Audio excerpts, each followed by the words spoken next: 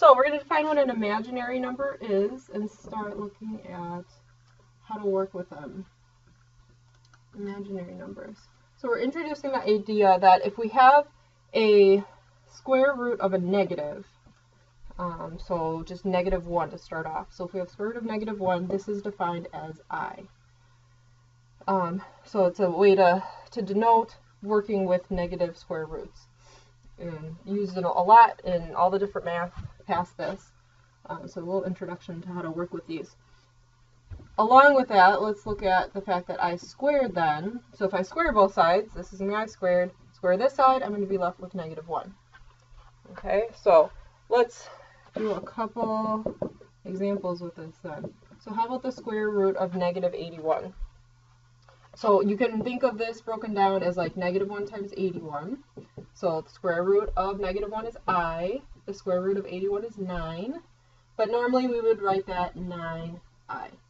The way we treat I is like an x. Even though it's not x, it's not a variable, the way we denote it is the same as how we denote x's. So something, when we multiply by a constant number, we would write it as the coefficient.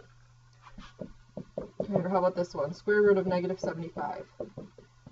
So this one, let's break down, again, break it down to -1 times, now here I can't do exactly the square root of 75, but there's a perfect square in there, 25 times 3. So this is going to be, this will come out as an I, this will come out as a 5, and then the 3 is going to have to stay in. So 5I squared root 3. 5I root 3. So this is the order typically we write it. It's really, like this is the number in front with the I, but normally we would write it, the I in front of the root. Okay, let's go a little further with the I's. So we already said, I'm going to kind of make a list. We said I, well that's just going to be I. I squared is -1. How about I cubed? So I cubed, I'm going to break this down into I squared times I. So I squared is -1. We just said that. And I is just I. So this is going to be -1 times I is going to be -I. Now how about I to the 4th? This is I squared times I squared. I squared times I squared, that's -1 times -1 is a positive 1. Okay, now when we go to I to the 5th, that's like, well really, it's I to the 4th times I. I to the 4th is 1, that's I. Go one more and we'll look at the pattern. How about I to the 6th? That's like, let's bring it down to I to the 4th times I squared. I to the 4th is 1. I squared is -1. -1. Okay, so let's kind of look at this pattern. If I list this out, I start with I, then I go to -1, -I, 1. Then I went back to I, -1. Can you imagine what's next? It would have been a -I if we figured that one out. 1. So it goes in this rotation of 4 different things. Positive I, -1. I, positive 1. It goes in that pattern. Okay, so if we are dealing with really high exponents of I, we can kind of use these first ones to figure out what it simplifies to. So how about like I to the 46th? I to the 46th. In a couple different ways we could look at this. Let's break it down to how many I to the 4th it would be. So this would break down to I to the 44th times I squared, because this is I to the 4th to the 11th. That would be 44.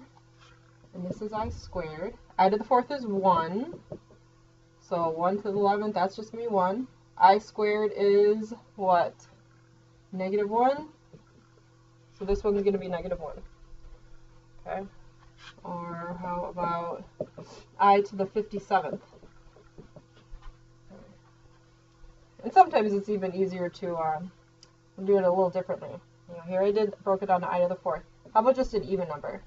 I to the 56th times I. So that I can make this I squared to the, now I figure out what that would be. Half of 56 is 23, right?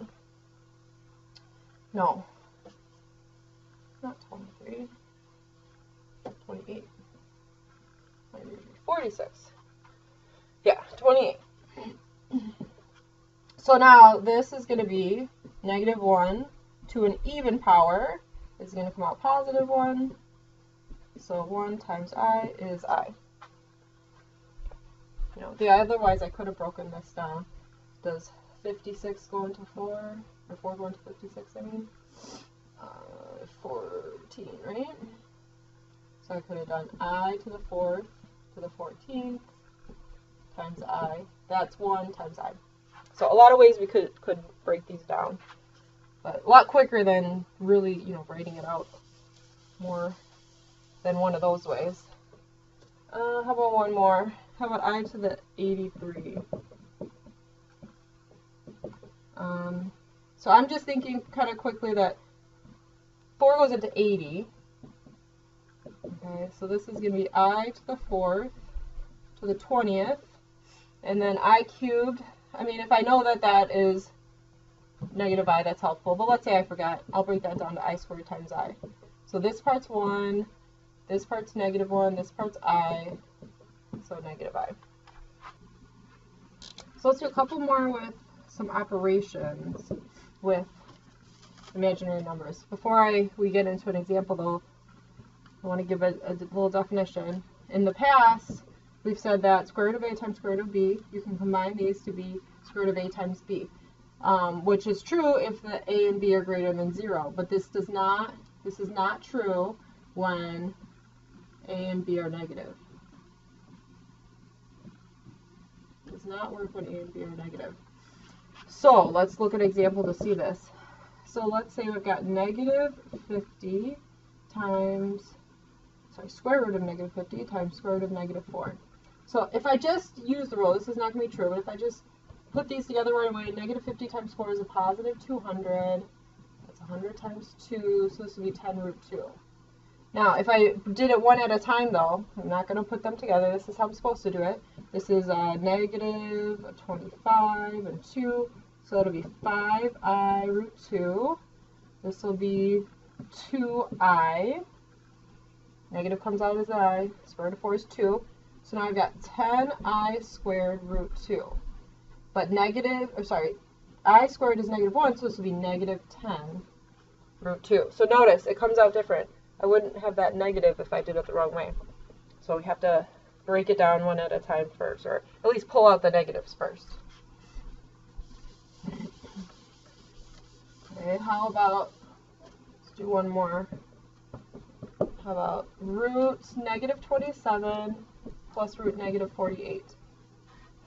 So, right now can't really do anything, but let's break this down. 27, let's break that down to -9 and 3. So that'll be 3i root 3.